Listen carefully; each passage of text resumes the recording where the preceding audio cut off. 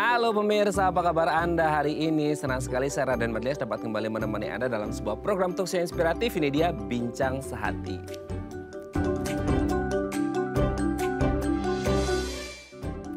Ya pemirsa, hari ini kita akan berbicara seputar organ kewanitaan gitu ya. Meskipun hostnya cowok nggak apa-apa ya gitu ya. Nah kalau kita berbicara seputar organ kewanitaan, terutama kan ada cycle yang setiap bulan pasti terjadi, yaitu menstruasi gitu ya.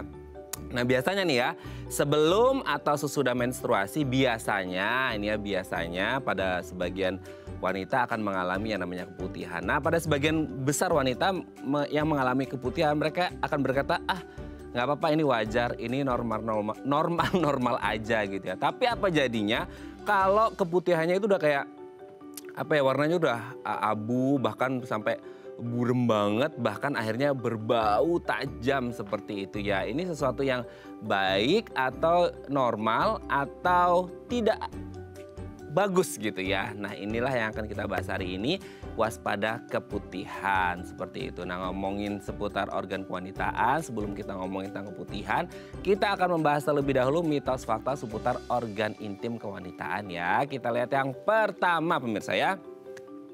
Ini Miss V harus wangi katanya. Nah seperti itu ya. Jadi gini, banyak orang berpikir, terutama wanita lah ya gitu ya. Wanita berpikir bahwa Miss V mereka itu harus wangi gitu. Meskipun sebenarnya kalau kita belajar lagi, baca-baca artikel, baca jurnal seperti itu ya. Miss V itu sebenarnya mereka ini mengeluarkan aroma alami dari Miss V ini sendiri. Bahkan tidak jarang ya wanita yang ingin membuat Miss V-nya wangi, akhirnya melakukan berbagai cara. Pernah nggak Anda mendengar namanya vaginal douche gitu ya, atau douching seperti itu.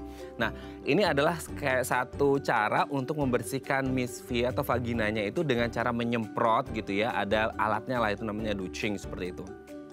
Kandungan di dalamnya apa? Air pasti lah ya gitu ya, air pasti. Terus kemudian ada cuka gitu, waduh serem banget ya. Ada baking soda loh, gitu. Ada pewangi, ada antiseptik. Kenapa? Karena mereka berpikir bahwasanya ya Miss V-nya harus wangi, so harus dicuci seperti itu. Padahal dengan melakukan hal tersebut bisa saja pH di Miss V-nya itu jadi nggak seimbang gitu ya. Jadi malah bisa berbahaya, bakteri baik yang ada di Miss V-nya bisa jadi mati dan akhirnya bisa membuat si Miss V-nya jadi nggak sehat kalau dilakukan dalam jangka panjang. Jadi Anda harus berhati-hati ketika melakukan vaginal douching seperti itu ya. Oke, kita lanjut yang kedua pemirsa ya. Konsumsi makanan tertentu katanya bisa membuat aroma Miss V lebih enak, lebih wangi gitu ya. Tapi lagi-lagi gini, Miss V itu akan mengeluarkan aroma alami dari Miss V itu sendiri. Jadi tidak perlu diapa-apain gitu ya. Tapi ada orang yang bilang kayak, oh kalau makan ini, makan itu bagus. Dan jangan makan ini, makan itu, nanti Miss V-nya jadi beraroma tidak baik juga seperti itu ya. Nah nanti akan kita membahas nih, apakah benar ada hubungan antara makan sesuatu makanan atau minuman yang bisa berdampak pada aroma dari Miss V. Jadi kan banyak orang kayak, kenapa kamu gak makan ini? Nanti Miss V-nya bau. Kenapa kamu makan ini? Nanti Miss V-nya wangi. Nanti akan kita bahas, ada ngefek gak sih ke Miss V-nya ya? Oke, kita lanjut yang ketiga pemirsa ya. Miss V akan melar usai melahirkan. Kita tahu ya Miss V atau vagina ini kan sifatnya elastis seperti itu ya. Nah ketika seorang wanita harus melahirkan dan setelah melahirkan atau pasca persalinan gitu ya. Mereka akan berpikir bahwasanya si Miss V ini akan melar. Tapi kan kita juga ada pernah mungkin baca ya bahwasanya Miss V ini elastis. Nah yang jadi pertanyaan besar kemudian adalah apakah setelah melahirkan ini akan kembali seperti semula atau akan melebar? Iya sih elastis, tapi nanti jadinya gimana kalau setelah melahirkan? Pasti ada perbedaan ketika sebelum dan setelah melahirkan. Nanti akan kita bahas ya. Oke, kita lanjut yang keempat pemirsa. Sering ganti pembalut saat haid. Nah, kalau kita lagi bukan kita ya, kan saya nggak menstruasi ya. Kalau wanita lagi haid atau menstruasi seperti itu ya, itu katanya harus sering ganti pembalut. Tapi gini, problemnya adalah banyak di luar sana yang mungkin ya, kita berbicara multifaktoral. Dari segi biaya, dari segi waktu, dari segi kesibukan gitu ya. Banyak yang akhirnya kayak punya duit, punya banyak pembalut tapi nggak sempet karena sibuk banget kerjanya seperti itu. Sampai dari pagi sampai sore 9 to 5 working at the office dan nggak ganti-ganti gitu ya pembalutnya gara-gara too busy katanya. Nggak sempat, nggak ada waktu untuk mengganti pembalutnya dan bilangnya nggak banyak kok darah menstruasi jadi nggak perlu ganti. Sebenarnya ada waktu yang ideal nggak sih berapa lama durasi pemakaian pembalut itu sendiri dan kadang-kadang kan di awal atau di akhir itu bisa ada sedikit-sedikit. Jadi apakah pembalut itu harus idealnya berapa jam sekali harus diganti, nanti akan kita bahas ya. Oke, kita lanjut yang terakhir pemirsa ya. Tidak boleh pakai panty liner setiap hari. Well, untuk Anda pasti udah akrab banget ya para perempuan untuk menggunakan yang namanya panty liner atau dengan produk panty liner. Buat Anda, para bapak-bapak ya yang di rumah yang nggak tahu panty liner adalah versi mininya si pembalut gitu ya. Jadi ini biasanya untuk digunakan sebelum atau menjelang atau setelah menstruasi ketika mungkin ada flek-flek atau mungkin pas lagi terjadi keputihan gitu ya. Nah, mereka akan menggunakan panty liner.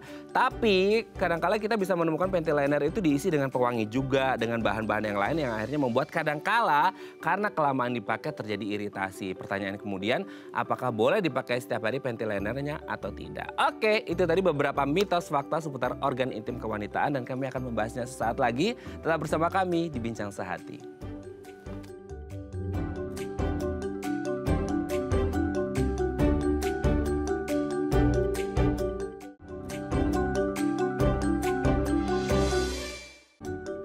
Baik, karena masih bersama kami di Bincang Sehati. Tadi di segmen sebelumnya kita sudah membahas ya ada beberapa mitos fakta seputar organ intim kewanitaan. Nah, untuk membahasnya ini benar fakta atau mitos belaka telah hadir bersama kami di studio Bincang Sehati. Ada Dr. Dewi Rumiris, SPOG, dokter spesialis obstetri dan ginekologi dari Rumah Sakit Permata Dalima Serpong. Assalamualaikum, selamat pagi Dr. Dewi, apa kabar? Mas Raden, baik sekali. Sehat ya dok ya? Aduh, hari ini seneng banget nih bisa ketemu dengan Dr. Dewi. Ini pertama kali di Bincang Sehati ya dok ya. Selamat datang loh dok. Semoga nanti ke depan bisa main-main lagi ke sini ya dok ya. Amin. Oke dok, hari ini kita akan membahas seputar sebenarnya keputihan tema utama kita. Tapi sebelum itu kita bahas dulu mitos fakta seputar daerah intim kewanitaan ya dok ya. Yang pertama itu, ini dok, ini paling banyak apa ya digemari oleh wanita karena katanya biar bisa lebih percaya diri, menyenangkan suami gitu dan lain sebagainya lah. Akhirnya apa? Mereka berupaya keras membuat misfinya wangi. Sebenarnya kenapa mereka berpikir demikian? Apakah memang misfi itu harus wangi? Apalagi sekarang mungkin banyak ya aroma inilah, aroma itu gitu ya dok ya. Berbagai macam aroma. Harus wangi nggak sih sebenarnya dok? Ya, sebetulnya pendapat tersebut kurang tepat ya Mas Raden ya. Karena memang di vagina itu kan ada bakteri yang namanya lactobacillus yang justru dia akan mematikan bakteri-bakteri yang menyebabkan penyakit. Gitu. Dan bakteri lactobacillus ini memang alamiahnya baunya rada asam gitu ya. Kalau misalnya dimasukkan zat-zat kimia ya yang tujuannya atau asap kan yang tujuannya buat wangi, membuat wangi, ya biasanya nanti bakterinya bakal jadi mati tuh gitu. Kalau misalnya bakteri lactobacillusnya mati, malah jadi nanti bakteri-bakteri yang menyebabkan penyakit akan berkembang biak. Gitu, Mas Raden. Mungkin satu treatment atau satu hal yang biasa dilakukan tuh tadi sudah sempat aku mention juga tuh dok, vaginal douche ya, douching seperti itu. Itu kayaknya populer banget lah ya untuk sebagian besar wanita gitu ya. Karena berpikirnya ya itu dicuci, dibilas dengan dibersihkan. Tapi kan kandungannya oke lah, air sama antiseptik oke gitu. Tapi ada baking soda lah, ada cuka, ada pewangi gitu. Itu sebenarnya gimana sih dok? Iya, sebetulnya gini deh, intinya kalau misalnya dipakai di luar, maksudnya di vagina bagian luar ya, sampai area mungkin selangkangan, ya nggak masalah gitu. Kalau misalnya mau menyenangkan suami, itu aja deh yang wangi. Jangan sampai tapi jangan dimasukkan. Ya. Nanti bakteri lactobacillusnya mati. Jangan gitu ya? melewati lubang vagina yang luar ya, sampai masuk-masuk ke dalam, karena di situ tempat bakteri lactobacillusnya. Gitu. Nanti lactobacillusnya mati nggak bisa membunuh bakteri yang jahat gitu ya dok ya. Nah pemirsa, kalau Anda mau menyenangkan suami biar lebih pede nggak apa-apa, tapi jangan sampai ke dalam-dalam ya dok, karena takutnya bisa berbahaya, jangka panjang bisa bahaya gitu ya dok ya. Oke dok, kita lanjut yang kedua. Nah kalau tadi wangi, sekarang konsumsi beberapa makanan katanya bisa membuat Miss V juga wangi gitu. Nah itu kan tadi ada aroma asam-asamnya karena aroma alami dari lactobacillusnya itu sendiri. Benar nggak sih kalau kita konsumsi makanan tertentu, entah itu kayak konsumsi A bisa membuat wangi, konsumsi B bisa membuat baunya nggak enak. Ada hubungan nggak sih, Dok? Nah, kalau dari sisi kedokteran sih sebetulnya belum ada penelitian ya yang bisa kita bilang evidence base-nya gitu loh, Mas Raden. Jadi ya mungkin masih tergolong mitos nih ya. Cuman mungkin logikanya kalau kita banyak makanan-makanan sehat, banyak sayur, banyak buah, tinggi protein, kan kita imunitasnya juga lebih bagus ya. Nah tentu kan vaginanya juga nggak ada bakteri yang nggak bau gitu. Mungkin sampai situ aja logikanya. Oh, oke, logikanya di situ. Mungkin logika lainnya adalah kalau semisal Anda lagi konsumsi jengkol atau pete jadi bau waktu pipis, itu bukan bau vaginanya, itu bau air seninya ya Dok ya. Kadang-kala kan orang berpikirnya demikian, jangan makan yang tajam-tajam karena kalau kita kayak makan jengkol, makan pete itu sih siapa aja nggak perempuan laki juga sama bau ya Dok ya, seperti itu. Jadi harus dimengerti logikanya seperti itu. Oke Dok, kita lanjut yang ketiga. Nah ini kan perempuan akan jadi kadang-kala banyak perempuan akan worry gitu ya, concern ketika setelah proses delivery atau proses ngelahirin kan seperti itu. Yaitu Miss V-nya akan melar gitu ya. Sebenarnya kan ya elastis sih Miss V, tapi pertanyaan kemudian seelastis-elastisnya ya masa iya sih kembali lagi seperti dulu. Nah gimana tuh Dok? Ya memang kepala bayi itu ya kurang lebih diameternya 10 cm ya Mas. Pada proses melahirkan normal itu memang nanti akan mengganggu merusak jaringan kolagen gitu. Jadi ya kalau dibilang Miss V-nya jadi melar ya memang betul sih ya, itu fakta. Tapi sebetulnya nanti kalau misalnya robek kemudian dijahit dengan betul dan nanti biasanya dilatih dengan senam Kegel. Oh, senam Kegel ya. Ya kalau rajin senam Kegel biasanya ya kembali utuh seperti maksudnya kekuatan ototnya, kemudian besarnya itu kembali seperti sebelum melahirkan. Tapi memang elastisitasnya ya karena jaringan kolagennya sudah rusak, ya memang tidak kembali seperti dulu. Tapi malah nanti kalau melahirkan kedua atau ketiga malah lebih mudah tidak kebanyakan tidak diepis ya, tidak digunting lagi gitu. Ya, jadi nggak perlu effort yang lebih besar lagi gitu ya. Ya nggak apa-apa lah elastisnya agak menurun dikit karena kolagennya udah berkurang. Yang penting ada punya buah hati ya kan, itu rezeki lagi ya Dok ya. Pokoknya suami nggak terganggu, asal senam Kegel.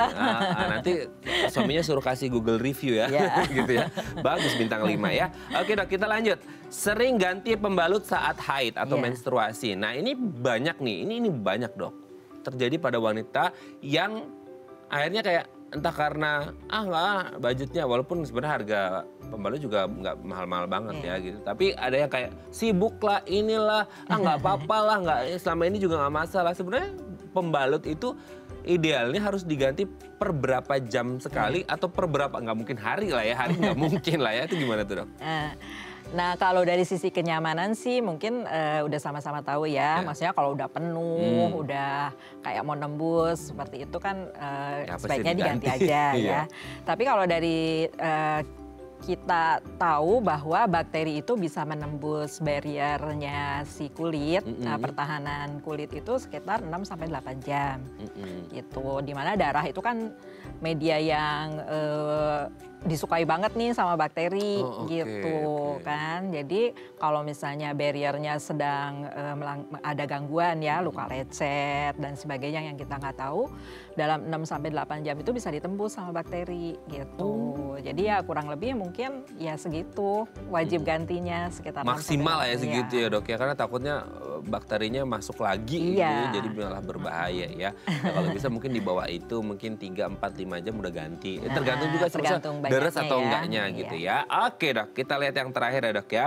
Nah ini setelah pembalut panty liner. Nah ini kan kadang-kadang orang ngakalin panty liner itu biasanya untuk sebelum atau sesudah menstruasi. Karena mungkin ngeflek aja gitu Dok ya. Atau pas lagi keputihan kecil-kecil gitu kan. Tapi kan kita juga ngerti di situ juga meskipun ngeflek kan tadi dokter sebut ada takutnya ada bakteri lagi dan lain sebagainya. Nah panty liner ini boleh nggak sih dipakai setiap hari atau gimana? Atau konsepnya mungkin sama dengan pembalut? Ya kalau misalnya seperti tadi Mas Raden. Jadi misalnya sebelum udah haid udah sedikit gitu ya, atau memang lagi keputihan ya nggak apa-apa sih dipakai. Tapi sebenarnya kalau dipakai tiap hari sih tidak dianjurkan karena kan membuat jadi lembab ya.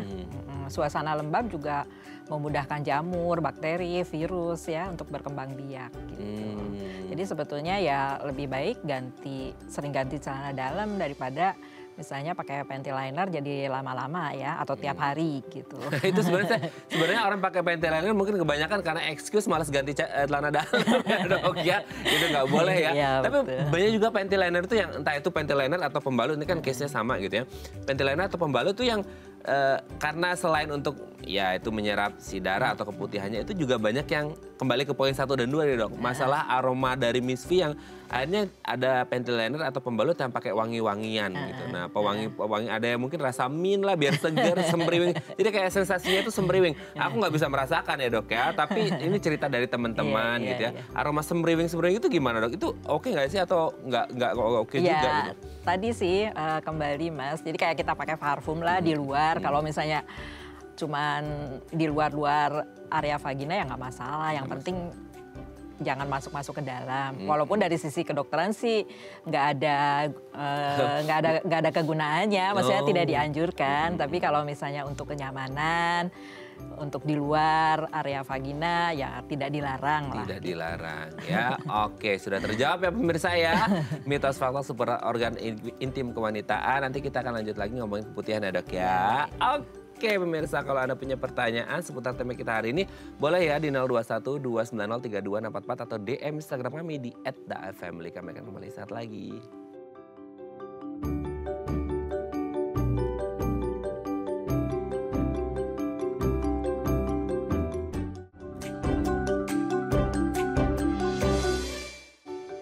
Baik, Anda masih bersama kami di Bincang Sehati. Kita masih membahas tema kita hari ini seputar keputihan.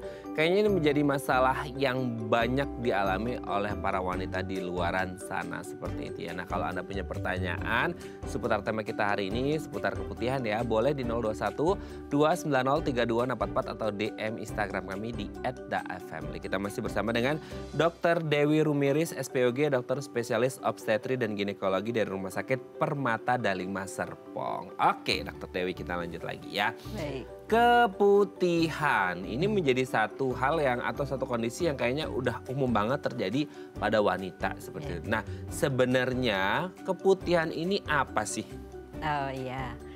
Jadi keputihan itu sebenarnya intinya kan peningkatan cairan tubuh ya yang keluar dari vagina gitu. Jadi sebenarnya itu cairan yang normal pada kondisi-kondisi tertentu.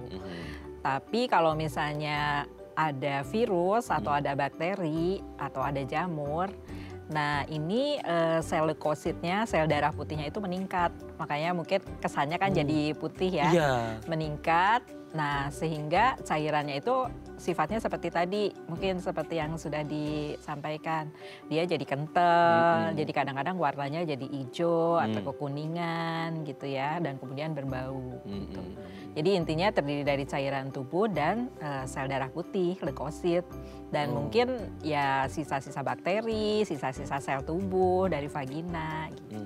Oke, berarti sebenarnya yang keputihan makanya disebut putih ya karena keputihan. Karena cairannya berwarna putih. Sel leukositnya ya dari sel darah putihnya itu ya. Karena plus bau juga, baunya itu dari bakteri apa segala macam yang terkumpul di situ ya. Oke, berarti sebenarnya kalau nggak ada, mungkin nggak sih dok, dia nggak ada bakteri atau pasti selalu ada bakteri. Jadi kayak leukosit kan muncul, sel darah putih itu muncul untuk memberantas si bakteri dan lain sebagainya kan gitu. Makanya warnanya putih. Tapi ada nggak sih mungkin keputihan yang tidak berwarna putih gara-gara nggak ada bakteri? Ya, biasanya kalau misalnya kondisi-kondisi yang kita bilang kondisi fisiologis ya, yang alamiah. Misalnya pertengahan masa subur, atau pas sebelum atau sesudah haid, atau lagi hamil. Nah itu keputihannya kan bening. Gitu, nggak butek lah ya, nggak putih, bening dan ya tadi nggak bau gitu, nggak menimbulkan perasaan gatal. Itu termasuk keputihan juga? Ya biasanya ya masyarakat awam sih bilangnya keputihan ya gitu. bukan kebeningan ya. Karena keputihan biasanya identiknya dengan Karena kan putih. ada variasi Mas, jadi pada orang-orang tertentu mungkin lebih banyak, pada orang-orang tertentu mungkin lebih pekat, nggak terlalu bening gitu. Jadi orang kayaknya, oh kalau karena kan nggak sepanjang siklus haid ya, siklus reproduksi kan keluar cairan putih itu gitu. Begitu keluar terus dibilang, oh keputihan nih gitu. Oh, oke, kondisinya seperti itu ya. Gitu ya.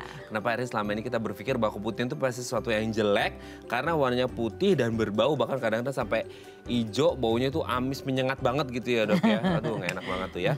Oke Dok, tapi kalau kita berbicara keputihan, sebenarnya semua perempuan, semua wanita akan atau pernah atau at least sekali dalam seumur hidupnya mengalami keputihan, pasti dong? Ya, kita kalau bilang pasti juga enggak juga ya, tapi kan karena vagina itu berhubungan sama dunia luar, ya kan.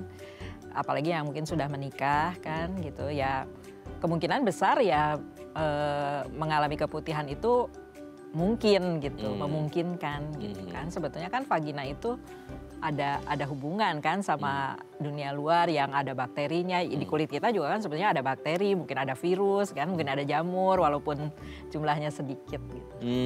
Oke. Tapi kalau berbicara tentang keputihan itu sendiri, kan kita sebagai bukan wanita gitu ya yang mengalami keputihan, kan taunya pas cairannya udah keluar di luar ya Dok ya, maksudnya di dunia luarnya gitu ya.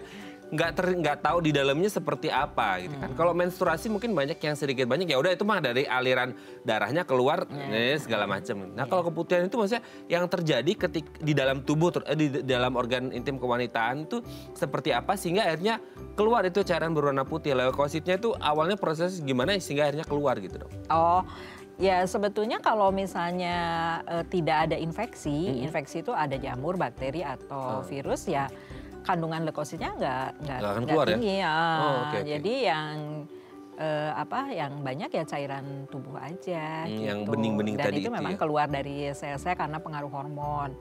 Biasanya kan kalau pertengahan masa subur karena hormon estrogennya meningkat gitu kan. Waktu menstruasi atau sesudah menstruasi juga karena ada perubahan hormon. Kalau pas hamil itu juga waktu awal-awal hamil karena hormon estrogennya meningkat. Kalau pas mau melahirkan karena cairan dari mulut rahimnya mulai membuka, cairan di dalam mulut rahim itu mulai keluar gitu. Ya prinsipnya itu cairan tubuh aja. Oke, berarti kalau yang sampai berbau banget itu bakteri, jamur segala macam itu banyak banget ya? Sama sel-sel mati. Sel-sel matinya ya, oke di dalamnya akhirnya dikeluarin seperti itu. Berarti sebenarnya keputihan itu secara tidak langsung, termasuk juga aku pernah baca kayaknya kalau nggak salah, kayak proteksi tubuh gitu nggak sih Dok? Untuk melawan bakteri segala macam itu seperti itu ya? Ya sama kayak misalnya kita bersin atau batuk kan itu proses untuk mengeluarkan bakteri sebetulnya atau virus gitu. Oh jadi jangan, apaan sih batuk-batuk COVID ya? Enggak ya gitu ya. Kalau dulu kan sama pandemi gitu ya. Tapi sebenarnya itu proteksi tubuh untuk melawan. Ya untuk mengeluarkan bakteri, mengeluarkan sel-sel yang rusak, sel-sel yang mati. Gitu.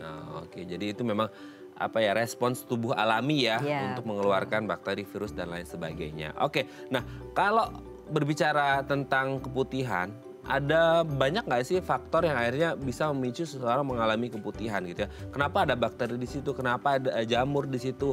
Apakah dari makanan kah? Atau karena interaksi dari dunia luar ya? Dunia luar itu kan banyak ya, maksudnya kayak dari celana dalam yang tidak dicuci dengan bersih sehingga akhirnya banyak bakteri dan lain sebagainya. Atau dari banyak faktor Dok? Iya. Jadi yang pertama bisa dibilang misalnya keputihan itu karena bakteri komensal. Maksudnya bakteri komensal itu yang memang aslinya ada di vagina gitu. Oh, dia bisa menyebabkan sendiri keputihan gitu ya? Nah kenapa dia akhirnya menjadi keputihan? Karena jumlahnya meningkat. Tadi jumlahnya meningkat karena mungkin lactobacillusnya malah dirusakkan, dimatikan. Akhirnya bakteri yang patologisnya yang menyebabkan penyakit meningkat. Atau misalnya dia dietnya kurang baik, sayur, buah, protein kurang, istirahat kurang misalnya kan. Sehingga imunitasnya jadi menurun, bakteri patologisnya meningkat. Atau dia sakit-sakit berat, ya kan. Misalnya kencing manis, diabetes mellitus dan sebagainya sehingga imunitasnya juga menurun, bakteri patologisnya meningkat. Nah itu bakteri yang asalnya memang ada di vagina, tapi bisa juga kan ketularan. Ya, ketularan itu karena itu penyakit menular seksual. Maksudnya dari pasangannya? Iya, jadi karena menularnya karena berhubungan seksual, misalnya seperti gonore, sifilis, ya kan, gitu. Dan ya penyakit virus yang lain lah banyak, jamur juga gitu kan. Oke. Jadi memang banyak faktor ya dok ya. Nah tadi dokter tuh ada menyebut, kalau untuk yang kayak infeksi menular seksual, apa makanan dan interaksi dengan dunia luar, maksudnya celana dalam dan sebagainya, itu memang secara analogi, secara logika kita bisa, oh iya kayaknya bisa gitu ya. Nah ada juga kayak kalau nggak salah aku tuh pernah baca kayak stres gitu ya, pikiran yang berat karena deadline kerjaan dan lain sebagainya, faktor ekonomi, faktor percintaan lah segala macam ya dok ya. Itu stres bisa menyebabkan keputihan katanya, betul nggak sih? Ya mungkin kalau dari kedokteran sih nggak ada hubungan langsung sih gitu ya. Tapi mungkin misalnya tadi kan orang stres, terus makanannya nggak bener kan, istirahat nggak bener kan, atau dengan stres hormon-hormon yang lain terpengaruh gitu kali ya. Kalau dihubung-hubungkan mungkin ada, tapi kalau dari sisi kedokteran tidak ada hubungan langsung sih. Tidak ada hubungan langsung ya. Oke, mungkin yang terjadi adalah karena stres, jadi akhirnya waktu tidur kurang, makanya nggak dijaga. Iya, betul. Akhirnya males cuci celana dalam, males cuci spray, gitu ya. Jadi akhirnya kotor semuanya numpuk di situ. Tapi keputihan itu ada bagi atau jenisnya nggak sih dok? Ya itu tadi, yang fisiologis dan patologis ya, yang alamiah dan yang penyakit. Penyakitnya, nah itu bisa dibagi lagi antara yang satu dengan yang dua itu. Mana yang lebih berbahaya atau kedua-duanya sama berbahaya gitu, atau mungkin dari dari isi kandungan keputihannya, dari apanya itu ada perbedaan nggak antara itu? Iya, kalau yang fisiologis kan alamiah tadi, jadi dia terjadi sendiri ya karena pertengahan masa subur, karena sebelum dan sesudah haid atau pada saat hamil. Dan memang kan tadi bening, nggak gatel, nggak bau gitu. Karena kandungannya ya kebanyakan kan cairan tubuh aja kan. Tapi kalau yang patologis ya dia karena penyakit. Karena penyakit ya. Bisa gatel, bisa kental, bisa berwarna kuning, berwarna kehijauan, bisa berbusa gitu kan. Bisa seperti kalau jamur kayak ampas tahu, biasanya pasien bilang gitu, kayak ampas tahu dok gitu kan, gatel. Kadang-kadang ada rasa gatel juga di sekitar. Iya, kadang-kadang kan sampai keluar darah ya, karena mulut rahimnya juga mungkin terinfeksi. Gitu. Karena kegaruk juga kali ya dok ya, ini mungkin kegaruk kukunya kotor, kena infeksi gitu ya. Aduh makanya jangan asal garuk ya pemirsa kalau lagi keputihan, bahaya ya dok ya, infeksi. Udah keputihan, infeksi lagi. Oke dok, nanti kita lanjut lagi ya ngobrolin seputar keputihan ya. Oke pemirsa, 021-290-3244 atau DM Instagram kami di @dafamily kalau Anda masih punya pertanyaan. Kami akan kembali saat lagi.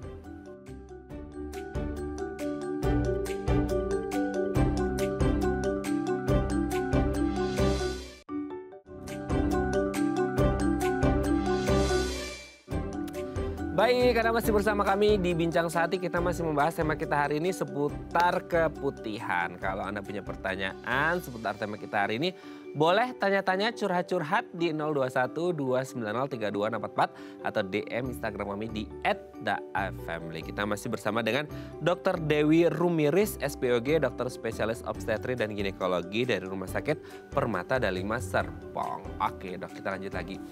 Salah satu hal yang menjadi concern itu sebenarnya kayak gini ya, tadi kan di segmen sebelum kita udah bahas tentang panty liner, pembalut dan lain sebagainya. Panty liner itu kan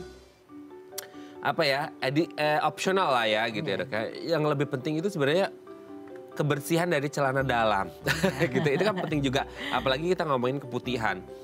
Ada nggak sih maksudnya kayak, kan sekarang itu banyak banget underwear yang dijual di luaran sana gitu ya untuk perempuan. Mulai dari yang fungsional sampai yang estetik, padahal di dalam ya gitu ya, gitu. Tapi kalau ngomongin celana dalam yang pas dan baik untuk kesehatan organ intim kewanitaan secara umum dan untuk mencegah keputihan ada nggak sih dok? Maksudnya celana dalamnya seperti apa atau bahannya dari mana, ketebalannya seperti apa, harus berenda-renda enggak gitu ya dok? Dan segala macam itu gimana sih dok? Ya, ya sebetulnya yang sesuai iklim tropis ya. Kalau kita kan menganjurkan ya mungkin pakai bahan katun gitu ya. Udah gitu jangan terlalu ketat gitu aja sih mungkin kalau dari sisi kesehatan ya. Sisi kesehatan ya. Tuntunannya. Oke, karena tropis juga kan mungkin karena panas jadi akhirnya sering gerah gitu ya. Jadi kayak kita gerah itu kan bisa terjadi di seluruh tubuh, bisa keringatnya itu seluruh tubuh. Idealnya kalau sekarang sih kayak musim hujan mungkin tidak terlalu gerah gitu ya. Meskipun tetap harus dijaga kebersihannya juga gitu. Tapi kalau lagi musim panas kemarau apalagi kerjanya perempuannya ini kerja di outdoor gitu ya dok ya. Misal di proyek lah atau di mana itu ada nggak sih maksudnya kayak kalau pembalut tadi kan maksimal 6 sampai 8 jam ya kalau nggak salah gitu. Kalau untuk celana dalam hampir sama nggak sih? Atau lihat kondisi juga kalau lagi kayak sejam ini harus beraktivitas berat banget harus diganti gitu. Ya nggak ada tuntunan khusus sih kalau buat celana ya. Karena kan mungkin juga nggak nempel secara langsung ya. Kalau pembalut kan tadi kaitannya karena ada darah haid gitu kan. Terus udah gitu bakteri kan suka gitu ya ada di dalam darah. Jadi memang dianjurkan tadi 6-8 jam. Kalau celana dalam mungkin ya senyamannya sih. Senyamannya gitu ya. Oke, celana dalam yang sudah dicuci bersih ya. Oke, nah kalau ngomongin keputihan ini kan kadang-kadang ya banyak yang ngerasa jijik juga dan banyak yang mungkin untuk yang pertama kali ya mengalami keputihan itu biasanya dia akan terjadi berapa lama sih dok? Kan ada yang kayak sebelum atau sesudah menstruasi gitu ya. Itu kan jangkanya pasti akan berbeda-beda. Normalnya, idealnya dan sehatnya itu berapa lama? Ya biasanya 3 harian sih, 3 harian. Tapi kan itu kondisi yang alamiah ya, tergantung hormon estrogen dia gitu ya. Jadi kalau misalnya karena ini normal aja mau ada variasi beberapa hari ya nggak masalah sih gitu. Nggak masalah ya. Kadang-kadang juga orang kan kurang memperhatikan ya. Mungkin dia merasa enggak saya nggak keluar gitu kan. Atau sedikit ya mungkin dia merasa nggak nyampe tuh 3 hari gitu kan bisa aja gitu. Tapi karena ini kondisi yang alamiah ya tidak menjadi masalah. Oke, nah itu dari durasi berapa lama bisa terjadi si keputihan ini sendiri. Sekarang kita berbicara dari range usia dok. Ini jujurly ya dok ya, ini anak selatan ya, jujurly ya. Jujur dulu itu nggak tahu ya, karena mungkin dulu media, entah media sosial atau karena edukasi juga atau karena akses kita ke internet yang belum terbuka luas secara sekarang. Jadi kita kurang informasi atau nggak tahu gimana. Dulu itu kita ngerasa kayak keputihan itu terjadi tuh sama orang-orang dewasa ya. At least mereka yang udah SMA ya ke atas gitu ya. Tapi sekarang tuh sorry tuh saya tuh banyak-banyak anak. Bahkan ya aku tuh pernah lihat ada anak SD kayak kelas 1 bahkan mungkin masih lebih kecil lagi itu udah ngalamin keputihan gitu. Itu bisa terjadi di usia dan biasanya kenapa itu dok? Iya bisa terjadi, bisa terjadi. Sebetulnya kan yang paling banyak ya di usia reproduksi lah ya yang seksual aktif ya. Karena kan mungkin tadi kan ada hubungan, maksudnya pada saat berhubungan seksual itu kan bisa ada bakteri masuk gitu. Jadi memang yang paling banyak ya di usia reproduksi. Nah kalau yang di bawah itu biasanya masalah kebersihan. Misalnya dia habis pegang-pegang apa gitu kan, buang air kecil dia nggak cuci tangan, harus cebok. Kan kebiasaan cuci tangannya itu setelah buang air kecil, suka lupa gitu. Padahal kan sebelum cebok itu tangan juga harus bersih kan, dia mungkin habis ngapain kan, pegang apa gitu. Atau tadi misalnya buang air kecil, buang air besar, nah dia ceboknya belakang dulu kan, di anus dulu. Nah itu gitu. Juga tuh. Habis dari anus baru cebok yang vagina. Nah bakteri yang dari anus bisa ke vagina. Nah itu juga bisa menyebabkan keputihan. Gitu. Oke, sesimpel masalah cebok aja itu bisa berdampak pada keputihan gitu ya. Iya betul. Nah, tapi atau ini mas, maaf satu lagi. Asisten rumah tangga, pengasuh, babysitter. Ya nanti nyebokin anaknya kalau tangannya nggak bersih. gitu. Itu juga kan mesti diedukasi itu. Kalau mau nyebokin anaknya harus cuci tangan yang bersih sebelum dan sesudah nyebokin. Suka lupanya sebelumnya. Iya betul. Iya betul. Biasanya sesudahnya aja ya. Karena kerasa kotor jadi kayak baru cuci tangan. Nah ini juga yang menarik nih dok ya. Ini kayaknya sering, ini pasti relate deh sama banyak pemirsa di rumah ya. Ayo Anda ngaku kalau cebok dari depan atau belakang. Gitu ya, kita bikin polling nanti pasti hasilnya banyak yang di belakang nih dok. Nah gitu ya. Tapi kita udah kayak, perempuan tuh udah kayak kebiasaan ya kayak set gitu dari belakang. Iya gitu. Karena kan merasa mungkin lebih kotor, lebih nggak nyaman, jadi didahulukan gitu. Betul.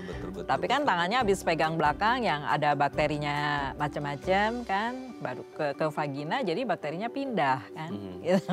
Oke, mungkin ada yang bertanya gini, ya itu kan kalau habis buang air besar dok gitu. Kalau habis buang air kecil kan yang lubang belakang kan nggak kotor gitu, boleh nggak gitu? Nah, tetap aja enggak. Oh, tetap aja enggak. Karena kan tadi saya bilang ada bakteri komensal yang beda-beda. Jadi di kulit kita, di tenggorokan, di anus, di vagina ada bakteri-bakteri yang memang dia hidupnya di situ gitu. Kalau di situ dia nggak apa-apa, nggak ngapa-ngapain kalau jumlahnya tidak bertambah. Tapi kalau berpindah, nah itu bisa menyebabkan penyakit. Jadi bakteri yang di anus nggak apa-apa, kalau pindah ke vagina bisa menyebabkan keputihan. Gitu. Oke, di anus nggak apa-apa, tapi kalau pindah gara-gara salah arah cebok gitu ya, itu bisa bermasalah di vaginanya, bisa menimbulkan sampai keputihan.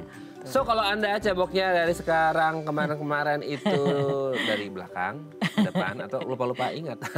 Mulai sekarang udah nggak usah diingat yang masa lalu gitu ya. Kita menatap masa depan mulai dari sekarang harus mulai dari depan gitu ya. Oke dok, sebelum lanjut ini ada DM Instagram, aku bacakan ya. Ini dari Ibu Lydia. Dok, saya udah nikah dan saya bingung ngebedain antara flek dengan keputihan yang warnanya coklat.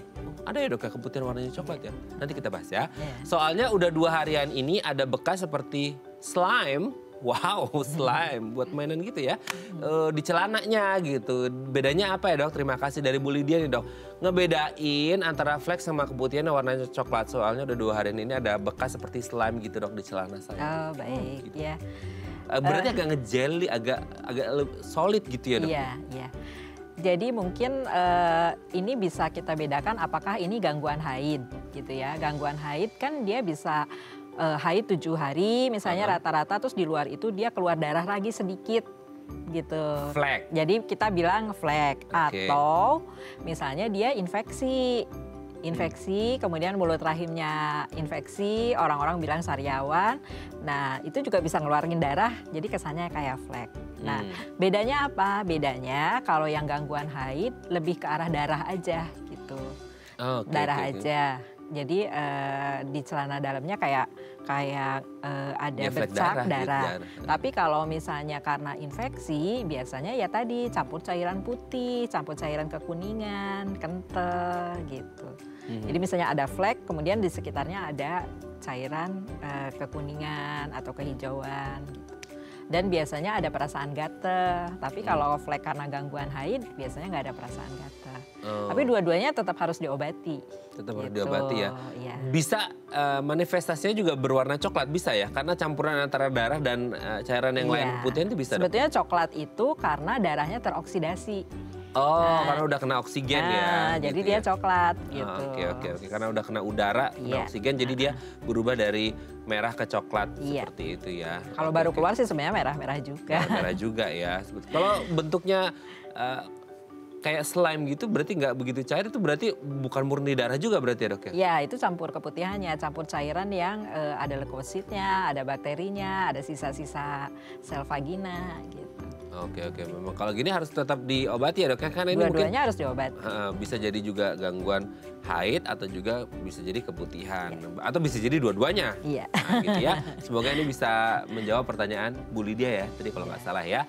Oke, terima kasih ya Bu Lydia. Oke dok, kita lanjut lagi. Baik. Ngomongin tentang keputihan, ini juga kan banyak orang ngerasa jijik sama keputihan karena itu kayak sesuatu yang buruk gitu. Tapi pernah juga kalau nggak salah ada yang bilang keputihan itu justru apalagi ketika terjadi pas lagi masa subur gitu ya, itu bisa meningkatkan kesuburan gitu. Bisa nggak sih maksudnya untuk bisa biar cepet hamil dan lain sebagainya, itu bener atau nggak? Kan kayak masa sih gitu lagi keputihan tapi kok masa suburnya malah bagus gitu. Oh iya. Bukan keputihan menyebabkan cepat hamil sih, cuman tapi kalau ada keputihan di situ menandakan memang masa subur, hormon estrogennya lagi meningkat dan itu sel telurnya itu lagi bagus gitu. Kalau dari kita dari kedokteran bilangnya sel telur dominan yang ukurannya 2 cm yang siap dibuahi gitu. Jadi cairan keputihan itu menandakan sedang subur sehingga kalau berhubungan saat itu jadi hamil. Gitu. Tapi pas lagi keputihan berhubungan nggak apa-apa? Nah ini kan keputihan yang tadi yang alamiah, yang dia bening, nggak gatel, nggak bau, pertengahan masa subur. Jadi pertengahan masa subur itu kira-kira kalau hitung dari hari pertama haid itu hari ke-12, ke-13 atau 14. Kalau misalnya siklusnya 28 hari. Maksudnya siklusnya 28 hari itu kalau misalnya bulan ini haid, nanti bulan depannya haidnya kayak maju sehari 2 hari. Nah itu siklusnya 28 hari, pertengahannya itu kan sekitar hari ke-12, 13, 14 dihitung dari hari pertama haid. Gitu. Jadi itu relate tuh antara keluar cairan lebih banyak dari vagina, sel telurnya sedang bagus dan biasanya juga nafsu berhubungan seksualnya juga meningkat gitu ya. Memang sudah diciptakan oleh Tuhan seperti itu kan, semuanya relate. Gitu. Kemudian vaginanya juga bisa menjadi lebih lembab, jadi lebih akomodatif terhadap sperma. Mulut rahimnya juga lebih terbuka gitu. Tapi maksudnya hari ke-12, 13, 14 itu pasti akan sejalan juga dengan pas kalau keputihannya yang alami itu muncul nggak sih dok? Atau bisa berbeda atau gimana? Iya, itu kan berbarengan karena pengaruh hormonnya. Jadi sel telurnya menjadi bagus, mulut rahimnya terbuka, dinding vaginanya lebih lembab, cairannya lebih banyak gitu. Oke. Kalau semisal ya, maksudnya karena keputihan ini, semisal nih sehari atau 2 hari sebelum keputihan si wanita ini berhubungan sama suaminya gitu ya. Terus baru 2 hari atau 3 hari kemudian mengalami keputihan yang alami seperti ini. Ini masih nyisa nggak masa suburnya sehingga pembuahan dari sel telur dan sperma masih bisa saja terjadi? Masih, karena sel telur itu di saluran telur itu dia tinggalnya 3 hari. 3 hari ya? Jadi kalau misalnya nih ada yang mau KB pakai kalender, dari hari ke-12 itu dia maju 3 hari, dari hari ke-14 mundur 3 hari, itu masa subur. Jadi sebenarnya dari hari ke-9 sampai hari ke-17. Karena sel telur itu ada di saluran telur itu 3 hari. 3 hari ya. Oke, hari ini kita banyak belajar ya dari Dr. Dewi, luar biasa, subhanallah ya. Oke dok, nanti kita lanjut lagi ya. Oke pemirsa, kalau Anda masih punya pertanyaan boleh ya di 021 290 3244 atau DM Instagram kami di @daafamily. Kami akan kembali saat lagi.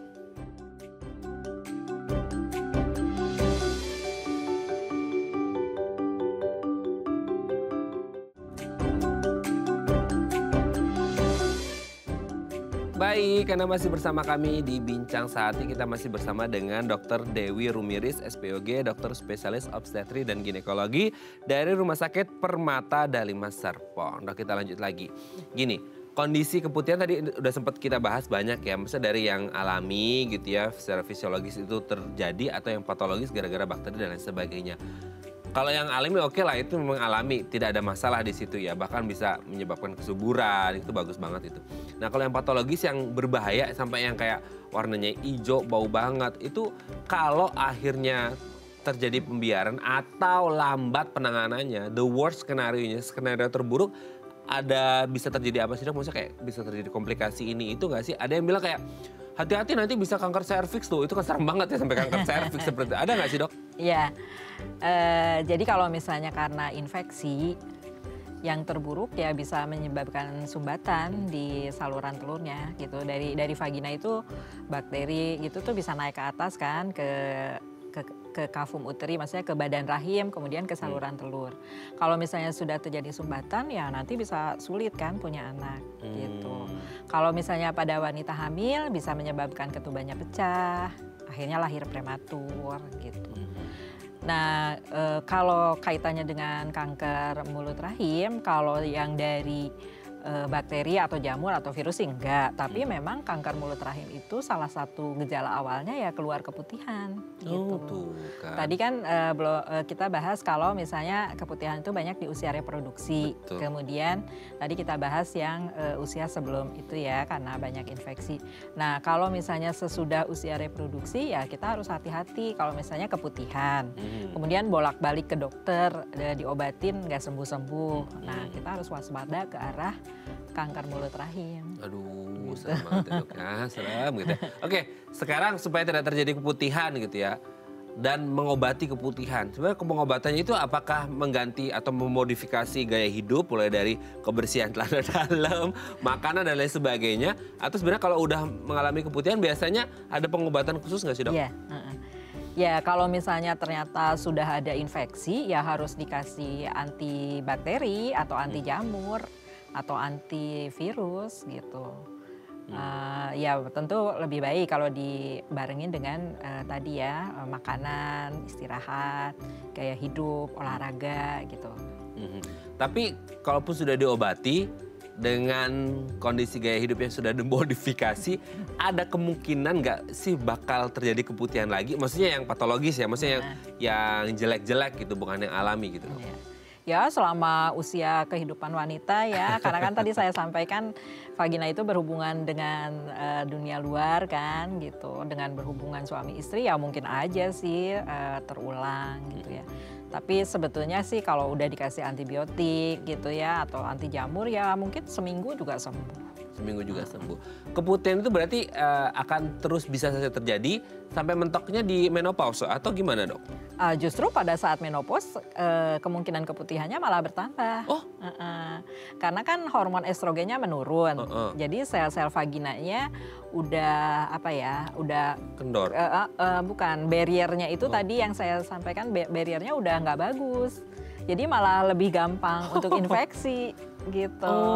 Jadi kalau misalnya sudah menopause, kemungkinan infeksi saluran kemih, kemungkinan infeksi di vagina malah lebih bertambah. Oke, makanya banyak talkshow ngomongin persiapan jelang menopause karena salah satu tantangannya adalah keputihan gitu ya dok ya. Aduh, PR-nya banyak banget ya jadi perempuan, tapi kita harus bersyukur menjadi perempuan ya. Oke, terima kasih. Bukan kita ya, mesti Anda jadi perempuan gitu. Terima kasih Dokter Dewi hari ini sudah berbagi. Semoga semua perempuan Indonesia khususnya sehat terus ya dok ya. Terima kasih dok. Salam sehat untuk keluarga di rumah dan teman-teman di Rumah Sakit Permata Dali Mas Serpong ya dok ya. Assalamualaikum. Waalaikumsalam. Oke pemirsa, itu tadi perbincangan kita dengan Dokter Dewi, semoga bermanfaat ya. Saya Raden Madlias pamit, sampai jumpa dan selamat kembali beraktivitas di hari Kamis yang indah ini. Jangan lupa jaga kebersihan organ intim kewanitaan Anda. Terima kasih ya dok, terima kasih.